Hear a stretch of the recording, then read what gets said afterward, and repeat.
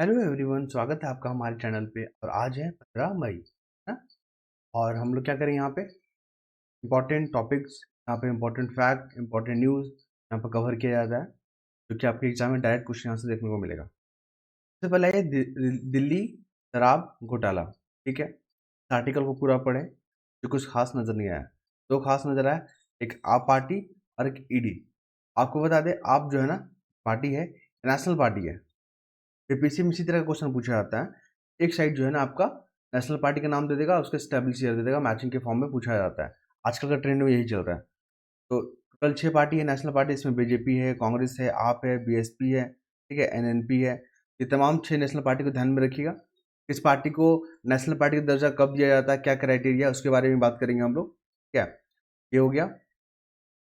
एक याद रखिएगा, अगर कोई स्टेट पार्टी, 4 राज्य में स्टेट पार्टी है ना, तो वो ऑटोमेटिक जो है ना, तो अगर कोई स्टेट पार्टी 4 राज्यों में स्टेट पार्टी का दर्जा उसको मिल चुका है, तो वो जो है नेशनल पार्टी बनने के लायक हो जाता है। याद रखिए, एक क्राइटेरिया ये भी है, और भी क्राइटेरिया उसको हम लोग बात करेंगे, डिस्कस करेंगे। आइए ईडी के बारे में। इन्फोर्समेंट डायरेक्ट, आपको बता दिए फाइनेंस मिनिस्ट्री के अंतर्गत जो एक रेवेन्यू डिपार्टमेंट है, उसके अधीन ये काम करता है। ईडी को पावर जो है पीएमएलए जो एक्ट है 1999, माफ कीजिएगा 2002 वाला पीएमएलए एक्ट, उसके तहत इसको पावर मिला गया है।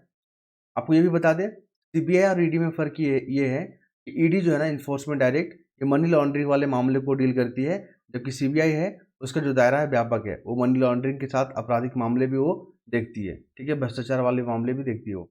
चलिए, अब आते हैं संयुक्त राष्ट्र में नियुक्ति, सेना के पूर्व अधिकारी की मौत। अभी क्या हुआ कि गाजा में जो हमला हो रहा है इसराइल की तरफ से, तो वहाँ पे एक संयुक्त राष्ट्र के जो ऑफिसर है, कर्नल, ठीक है, उनका वहाँ पर मृत्यु हो गया। इसको लेकर तो न्यूज़ में आ ही गया है। याद रखिएगा, संयुक्त राष्ट्र जो है इसका स्थापना कब हुआ था? 24 अक्टूबर 1945। वन डे एग्जाम के लिए बहुत इंपॉर्टेंट है, इस बार पूछने की संभावना है। ठीक है, 24 अक्टूबर आप याद रखेंगे 1945। और यूएनए से जुड़े हुए महत्वपूर्ण फैक्ट को भी देख लीजिएगा, इसमें कितने संस्था है। अभी इसके जो महासचिव कौन है? संयुक्त राष्ट्र के एंटोनियो गुतेरेस। ये भी याद रखिएगा, इंपॉर्टेंट फैक्ट है, मैचिंग के फॉर्म में पूछा जा सकता है। ये हो गया यहाँ पे। और संयुक्त राष्ट्र का जो है यहाँ पे कितने मेंबर हैं, और भारत संयुक्त राष्ट्र में जो है परमानेंट मेंबर बनना चाहता है कि कितने परमानेंट मेंबर है, कितने नॉन परमानेंट मेंबर है, इसको भी आप ध्यान में रखिएगा। फिर आइए यहाँ पे, देखिए अभी एक होता है कंज्यूमर प्राइस इंडेक्स, एक होता है होलसेल प्राइस इंडेक्स, होता है ना। ये दोनों क्वेश्चन यूपीएससी और स्टेट पीसीएस में बहुत बार पूछा गया। बताते चले, कंज्यूमर प्राइस जो प्राइस इंडेक्स होता है, इसको एनएसओ जो है रिलीज करती है। ठीक है, और डब्ल्यूपीआई वर्ल्ड जो है प्राइस इंडेक्स की बात करें, होलसेल प्राइस इंडेक्स की बात करें, तो यहाँ पे वाणिज्य और उद्योग मंत्रालय इसको रिलीज करती है। ये दो फैक्ट याद रखिएगा, यही क्वेश्चन पूछा गया था। आगे बढ़े यहाँ पे हम लोग, तो यहाँ पर देखने को मिलेगा, देखिए अभी आपको पता है ना घटना हुआ है दिल्ली में। ये है सांसद है, ठीक है, स्वाति मालीवाल, राज्यसभा की। तो इनको जो है, इनको जब गए वहाँ के मुख्यमंत्री, दिल्ली के मुख्यमंत्री से मिलने के लिए, तो वहाँ वेटिंग रूम में बैठे हुए थे। ठीक है, तो यहाँ पे एक अधिकारी है, ये विभव कुमार, इनके साथ जो है बदसलूकी किया। यही मामला है जो पूरा न्यूज़ जो यहाँ पे न्यूज़ छाया हुआ है। यहाँ पे क्वेश्चन पूछता है यहाँ से, महिला राष्ट्रीय आयोग, जो राष्ट्रीय महिला आयोग है, वहाँ से क्वेश्चन पूछेगा, पूछा भी गया है। आप स्टेट पीसीएस में देख लीजिए, यूपी पीसीएस हो गया, बिहार पीसीएस हो गया, वहाँ पे डायरेक्ट पूछता है करंट अफेयर में कि अभी जो है वर्तमान में राष्ट्रीय महिला आयोग के अध्यक्ष कौन है। रेखा शर्मा, याद रखिएगा, ये फैक्ट हो गया। आपको बता दें, महिला जो राष्ट्रीय महिला आयोग है ना, वो गैर संवैधानिक, या गैर संवैधानिक मतलब इस संविधान में इसका वर्णन नहीं है। ठीक है, संविधान में इसका वर्णन नहीं है, ये नॉन कॉन्स्टिट्यूशनल बॉडी है, कॉन्स्टिट्यूशनल बॉडी नहीं है। ये क्वेश्चन पूछता है। जैसे आपका फाइनेंस कमीशन क्या हो गया, फाइनेंशियल जो है कॉन्स्टिट्यूशनल बॉडी हो गया। इलेक्शन कमीशन क्या हो गया, ये भी कॉन्स्टिट्यूशनल बॉडी हो गया। मानवाधिकार, राष्ट्रीय महिला आयोग, ये सब जो है कॉन्स्टिट्यूशनल बॉडी नहीं, ये सब क्वेश्चन जो है डायरेक्ट पूछता है आपसे। आप प्रीवियस ईयर क्वेश्चन को डाउनलोड कीजिएगा, वहाँ पर देखिएगा, ये सब क्वेश्चन आपको रिपीट में बहुत दिखेंगे। आगे चले हम लोग, तो ये सब न्यूज़ तो कुछ खास नज़र नहीं है। देखिए, भारत पाक सीमा पर 49 ड्रोन बरामद किए गए। अब देखो कि ये अपना प्यारा भारत है, और भारत के साथ सीमा साझा करता है, पाकिस्तान करता है ना, तो यहाँ पर सीमा साझा करता है। यहाँ पे क्या करता है, वो ड्रोन के माध्यम से भारत में जो है ना घुसपैठ करने की कोशिश करता है। ठीक है, जैसे पंजाब हो गया, राजस्थान, गुजरात, यहाँ से बाउंड्री शेयर करता है पाकिस्तान के साथ। सबसे अधिक जो बाउंड्री शेयर करता है ना भारत, वो करता है बांग्लादेश के साथ। बांग्लादेश के साथ याद रखिएगा 4096, और सबसे कम करता है अफगानिस्तान के साथ, अफगानिस्तान के साथ। ठीक है, ये भी याद रखिएगा, ये क्वेश्चन पूछा गया है। आगे आते हैं हम लोग एडिटोरियल पेज में, तो यहाँ पे याद रखिएगा, देखिए माया एंजेलो का एक फेमस कोटेशन है कि हर तितली की सुंदरता को आनंद लेते हैं। हम तितली की जो सुंदरता है ना उसका आनंद लेते हैं, लेकिन बहुत कम उन परिवर्तनों को स्वीकारते हैं जिनसे गुजर कर तितली को ये सुंदरता मिलता है। तितली को जो कलर मिलता है ना वो 2-3 प्रोसेस से होकर गुजरती है, तब जाके उनको मिलता है, ठीक है। तो प्रोसेस में किसी को इंटरेस्ट नहीं है, सबको बस सुंदरता को इंटरेस्ट है, ठीक है। तो आप इसको ध्यान रखिएगा। फिर हम लोग बात करेंगे यहाँ पे खारे पानी और मीठा पानी की राह। अभी क्या हो रहा है कि पीने का जो जल है ना उसको लेकर क्राइसिस हो रहा है भारत में। भारत में क्या, पूरे देश में, पूरे विश्व में जो है यहाँ पे ये समस्या अब आ रहा है धीरे धीरे। अभी आप देखोगे क्वेश्चन वनडे की एग्जाम के लिए बहुत इंपॉर्टेंट हो गया, ये आ रहा क्वेश्चन, लिख लीजिए इसको। दक्षिण अफ्रीका का एक शहर है केप टाउन। केप टाउन जो है ना आपका, ये क्या है आपका, केप टाउन क्या है आपका, एक दक्षिण अफ्रीका का शहर है केप टाउन। और यहाँ पे जो है जल विहीन शहर घोषित किया गया।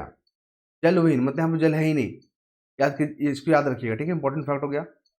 आपको बता दें पेयजल को लेकर जो क्राइसिस हो रहा है ना, तमिलनाडु, महाराष्ट्र और कर्नाटक में हो रहा है। कर्नाटक, तमिलनाडु और महाराष्ट्र जैसे देशों, महाराष्ट्र जैसे राज्यों में आपको देखने को मिल रहा है। दो फैक्ट हो गया। अभी आपको बता दें जो समुद्री जल है ना वो खारा पानी, पानी तो है लेकिन वो पीने लायक नहीं है, उसमें मिनरल्स बहुत ज़्यादा होता है जो हमारे शरीर के लिए ठीक नहीं होता है। तो इसी चीज़ को डिसेलिनाइज के माध्यम से जो हम लोग क्या करें उसको पीने योग्य बनाएंगे। और ये टेक्नोलॉजी भारत के पास पहले नहीं था, अब भारत के पास भी हो गया है। पहले ये इजराइल इसमें महारत हासिल किया हुआ था। इजराइल ने 2018 में एक जो है यहाँ पे अपना एक गाड़ी दिया था, जो कि एक टेक्नोलॉजी दिया था, जो कि अब ये जो आपका जो खारा पानी है ना उसको जो है फिल्टर करके जो है पीने योग्य बनाता है, याद रखिएगा। इसके बाद आगे हम लोग बात करेंगे यहाँ पे महत्वपूर्ण फैक्ट के बारे में। तो इस तकनीक को क्या बोलते हैं, LTT तकनीक बोलते हैं, LTTD। ये जो टेक्नोलॉजी है ना यही जो है खारा पानी को क्या करेगा, आपको मीठा पानी बदलेगा और पीने योग्य बनाएगा। तो महाराष्ट्र हो गया, तमिलनाडु, कर्नाटक, ये जो है पीने पानी से यहाँ पर क्राइसिस से जूझ रहा है। देखिए पीने का पानी जो है संकट क्यों हो रहा है, क्योंकि मानव जो है ना जलवायु परिवर्तन के कारण जो नदी है, जो झील है, जो झरना है, जो तालाब में सूख जा रहे हैं, प्रभावित हो जा रहे हैं। इस कारण जो है पीने का जो है पानी का एक समस्या बन रहा है। फिर हम लोग बात करेंगे यहाँ पे, और ये जो टेक्नोलॉजी है ना ये लगभग 1 लीटर पानी फिल्टर करने में 19 पैसे का खर्च होगा, है ना। तो ये जो परंपरागत जो टेक्नोलॉजी है उससे काफ़ी एफिशिएंट है, ध्यान रखिएगा। उसके बाद हम लोग बात करते हैं सलाह के बारे में। ये टॉपिक में आपको जो दिख रहा है ना, तो पूरा आर्टिकल पढ़ने के बाद जो इम्पोर्टेंट है ना ये है यहाँ पर देखिए। संवैधानिक जो है निकाय, कौन सा बॉडी जो है कॉन्स्टिट्यूशनल बॉडी है, कौन सा नहीं है, ये क्वेश्चन पूछता है, जिसे आपको बता दें इलेक्शन कमीशन जो है आपका, इलेक्शन कमीशन ऑफ इंडिया जो है आपका कॉन्स्टिट्यूशनल बॉडी है। आर्टिकल 324 इसी चीज़ को डील करता है, इलेक्शन कमीशन ऑफ इंडिया को, ठीक है। इसमें एक अध्यक्ष है और 2 जो है मेंबर है इसमें, ये भी याद रखेंगे आप। आगे बढ़े तो हम लोग को क्या देखने को मिलता है इंपॉर्टेंट फैक्ट में, ये देखिए।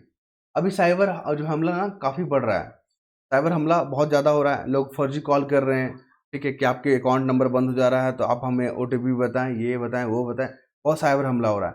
साइबर हमला को रोकने के लिए भी क्या, जो साइबर जो आईडी है ना, जो साइबर जो कैफ़े खुले होते हैं ना उसके आईडी को बंद कर दिया गया है, क्योंकि वहाँ से साइबर अपराध बहुत ज़्यादा हो रहे थे, ठीक है। ये जो है साइबर अपराध को रोकने में एक बहुत बड़ा कदम हो सकता है। आप यहाँ पर लिखेंगे, मेंस में क्वेश्चन पूछता है कि अभी वर्तमान में जो साइबर हमला हो रहा है, जैसे मालवेयर हो गया, फिशिंग हो गया, हैकिंग हो गया, इन तमाम जो है आप देख रहे हैं यहाँ पे जो भारत के सामने चुनौती है, ठीक है। तो उससे निपटने के लिए जो है यहाँ पे भारतीय साइबर अपराध जो समन्वय जो केंद्र है वो क्या कदम उठाई है। तो आप यहाँ पे साइबर आईडी जो बंद करना आप इस कदम के रूप में आप दिखा सकते हैं, ठीक है। यहाँ पर फिर हम लोग आगे बात करेंगे मोदी को आयोग ठहराने की मांग वाली याचिका पर सुनवाई। देखिए यहाँ पे मोदी जो है प्रधानमंत्री के उम्मीदवार हैं ये, और इनको आयोग ठहराने वाला एक जो है याचिका दर्ज किया गया था। तो पूरा आर्टिकल पढ़ने के बाद जो इंपॉर्टेंट फैक्ट याद रखिएगा, आर्टिकल 32 संविधान का, आर्टिकल 226 संविधान का, ये जो है ना सुप्रीम कोर्ट को रिट जारी करने का पावर देता है कि अगर या फंडामेंटल राइट का वायलेशन होता है ना तो आप 32 के तहत रिट जारी करोगे, ये हो गया। और आपको ये भी बता दें 226 ये हाईकोर्ट को पावर देता है कि अगर फंडामेंटल राइट को प्रोटेक्ट करना है ना तो 226 के तहत आप रिट जारी करोगे। इसमें परमदेस मैंडामस होता है, हैबियस कॉर्पस होता है, सर्टियरी होता है, कोरिशन होता है ना, ये तमाम जो है 5 प्रकार के रिट जारी किए जाते हैं। आगे जब बढ़ेंगे हम लोग तो हमें जो अगला जो फैक्ट नज़र आ रहा है, जो कि एग्जाम में कई दफ़ा पूछे गए हैं, मैं यहाँ पे हाईलाइट करके रखा हुआ हूँ। देखिए अभी क्या हो रहा है, उपभोक्ताओं को फर्जी कॉल किए जा रहे हैं, ठीक है। तो सावधान रहना, अलर्ट रहना आपको, क्योंकि उससे साइबर हमले जो है काफ़ी बढ़ जा रहे हैं, ये हो गए। दूसरा क्या है, एक आपको और रोचक चीज़ बताते हैं। जो ये सब जो शिकार होते हैं ना साइबर मामले में, वो पढ़े लिखे लोग ही ज़्यादा शिकार होते हैं, ठीक है। तो पढ़े लिखे होना और समझदार होना दोनों जो है अलग अलग बातें हैं, इसलिए पढ़े लिखे होने के साथ साथ समझदार होना बहुत ज़रूरी है। ठीक है, चलिए याद रखेंगे आप।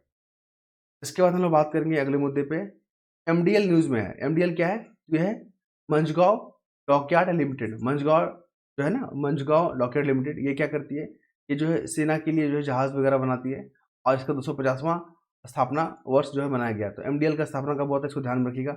वनडे एग्जाम में हो सके तो पूछ लेगा, क्योंकि जो खबर में कभी कभी आता है ना, एक बार अगर न्यूज़ में आ गया तो उसको पूछ लेता है। तो बाद हम आगे बढ़ेंगे तो हमें जो इंपॉर्टेंट फैक्ट नज़र आ रहा है, ये देखिए। अभी क्या हो रहा है? तेहरान, तेहरान कहाँ? ईरान में। तो अभी जो है दिल्ली और तेहरान के अनुबंध हुआ है, तो अमेरिका ने ईरान को लेकर कहा कि अगर आप ईरान के साथ अगर कोई व्यापार समझौता करते हैं तो आप पे प्रतिबंध लगा दिया जाएगा। ठीक है, तो आपको बता दें चाबहार जो है ना, इंपॉर्टेंट न्यूज़ में आ गया है। चाबहार, ये जो पोर्ट है ना, ये हमारा भारत और ईरान के साथ जो है समझौता किया गया है। ठीक है, ये हो गया पहला फैक्ट। ये कब समझौता किया गया था? 2016 में किया गया था। दो फैक्ट हो गए यहाँ पे। फिर यहाँ पे एक और है, देखिए, INCTC, कल से न्यूज़ में आना शुरू कर दिया ये।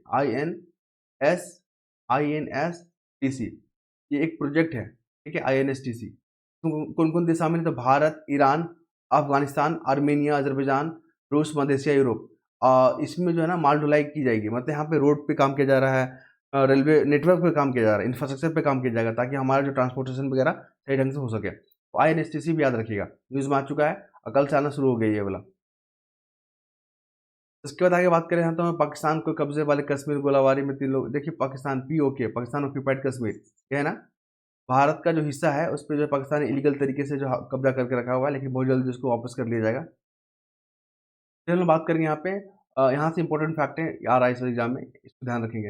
अभी अमित शाह जो है ना, बनगांव चुनावी रैली में, मतलब ये कहाँ है? पश्चिम बंगाल में। तो वहाँ पे मतुआ समुदाय को मिलेगी नागरिकता।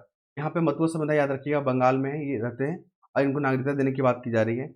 आपको ये बता दें, नागरिकता जो है ना, सिटीजन, ये सब्जेक्ट किसका है? संसद का है। इसको जो है सिटीजन मिलेगा या नहीं मिलेगा, ये डिसाइड कौन करेगा? नागरिक जो है संसद करती है, याद रखिएगा। इसमें राज्य का कोई पावर नहीं है। यहाँ पे न्यूज़ में आ गया, इंपॉर्टेंट फैक्ट है, ध्यान रखेंगे आप। उसके बाद आपको ये बता दें, जो रोहिंग्या हो गया, बांग्लादेशी जो है ना, ये बंगाल में आके ये लोग शरणार्थी के रूप में जो है बसे हुए हैं, और ये जो यहाँ की गवर्नमेंट है पश्चिम बंगाल, ममता बनर्जी, उनका जो वोट बैंक के रूप में कार्य करती है, ऐसा जो आरोप लगा रहे हैं हमारे जो है कौन? Home minister. ठीक है, केंद्रीय होम मिनिस्टर, तो आप ध्यान रखिएगा।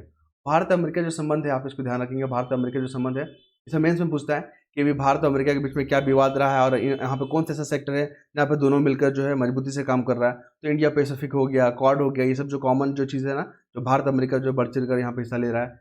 अभी आसियान समझौता हुआ था 2008 में, याद रखिए, भारत और अमेरिका के साथ जो है ना आसियान समझौता हुआ था 2008 में, और रशिया के साथ हुआ था 1973 में। ये फैक्ट हो गया। भारत अमेरिका के संबंध को लेकर क्वेश्चन पूछा जा सकता है।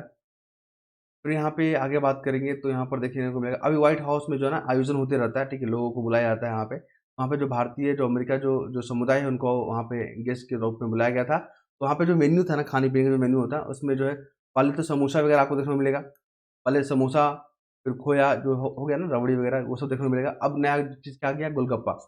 तो हम लोग फुचका, पानी पूरी के नाम से जानते हैं, तो वो डिश में शामिल जो है शामिल किया गया मेन्यू में। तो आपको मेंस में क्वेश्चन पूछता है यहाँ से, क्या पूछेगा? सॉफ्ट पावर का आपने नाम सुना ना? सॉफ्ट पावर, भारत का सॉफ्ट पावर और hard power. Bharat soft power में ना बहुत मजबूत है। जैसे भारत जो है जो सॉफ्टवेयर को इम्पोर्ट कर एक्सपोर्ट करता है, इसमें सॉफ्ट पावर हो गया। भारत का जो कल्चर है, जो मूवीज़ वगैरह होता है, फिल्म होता है, सांस्कृतिक जो है, जो संसदा है, ठीक है, ये सब क्या है? सॉफ्ट पावर के रूप में दिखाई देता है। फिर आपको बता दें, अंतरिक्ष में जो भारत की जो प्रगति है, वो भी आपको सॉफ्ट पावर के ही अंतर्गत आएगा। ठीक है, तो सॉफ्ट पावर से आप क्या समझते हैं? भारत इसमें किस तरह प्रगति किया है, और ये भारत अमेरिका संबंधों को किस तरह मजबूती जो यहाँ पे प्रदान करेगा। आप डायस्पोरा का भी नाम सुने होंगे। डायस्पोरा जो भारतीय मूल के जो वहाँ पे अमेरिकी रहते हैं, ठीक है, उनको जो है डायस्पोरा जिसको बोलते हैं, तो वो भी हमारा सॉफ्ट पावर ही है। ठीक है, याद रखेंगे इसको। अभी व्हाइट हाउस में जो ना गूंजा, अभी जो यहाँ पे बता रहे थे आपको, यहाँ प्रोग्राम जो हो रहा था, सारे जहाँ से अच्छा हिंदू सीधा, हमारे यहाँ पे गीत जो है गूंजा, यहाँ पे धुन बजाया गया था। इसके जो लेखक थे ना, मोहम्मद इकबाल का, याद रखिएगा। बीपीएससी स्टेट पीसीएस में बहुत बार पूछ लेता है, इस जो है गाना को किसने लिखा था? मोहम्मद इकबाल ने। उसके बाद आगे आते हैं तो मुझे स्पोर्ट्स सेक्शन नजर आता है। स्पोर्ट्स सेक्शन में 2-3 न्यूज़ मैंने हाईलाइट करके रखा हुआ है, जो मैं अक्सर कवर नहीं करता हूँ, क्योंकि उसमें मुझे कुछ खास नज़र नहीं आता है। और यहाँ पे अगर बात करें तो देखिए, सबसे पहला ये है टॉप्स। बोलेगा टॉप्स योजना क्या है? TOPS, तो टारगेटेड ओलंपियाड यहाँ पे देखिए लिखा टारगेट ओलंपिक पोडियम योजना। टारगेट ओलंपिक पोडियम योजना इंपॉर्टेंट है। ये जो है ना ओलंपिक में बेहतर प्रदर्शन करने के लिए जो खिलाड़ियों को चयन किया जाता है और उनको अंतर्राष्ट्रीय स्तर का जो है ट्रेनिंग दिया जाता है। अभी जो है यहाँ पे 3 युवा स्क्वॉश खिलाड़ी जो है ना टॉप्स में शामिल हुए हैं, उनको नहीं याद रखिएगा। अनाहत सिंह, अभय सिंह और वेलवाल, ये हो गया। दूसरा देखिए टेबल टेनिस में ना भारतीय जो है 24वें रैंक पर कौन आ गई है वर्ल्ड में अगर बात किया जाए तो बत्रा, मनिका बत्रा, ठीक है, स्क्वॉश करती है ये। तो ये इंपॉर्टेंट फैक्ट था जो हमने कवर किया। अगर आपको कुछ और खास नजर आता है तो आप लोग पढ़ने के लिए स्वतंत्र हैं, और मुझे लगता है कि अगर हमारा प्रयास अगर आपको बेहतर लगता है तो आप लोग कमेंट के माध्यम से जो यहाँ पे अपना फीडबैक दें। बहुत लोग कमेंट करते हैं, तो मुझे बहुत अच्छा लगता है पढ़ के। धन्यवाद।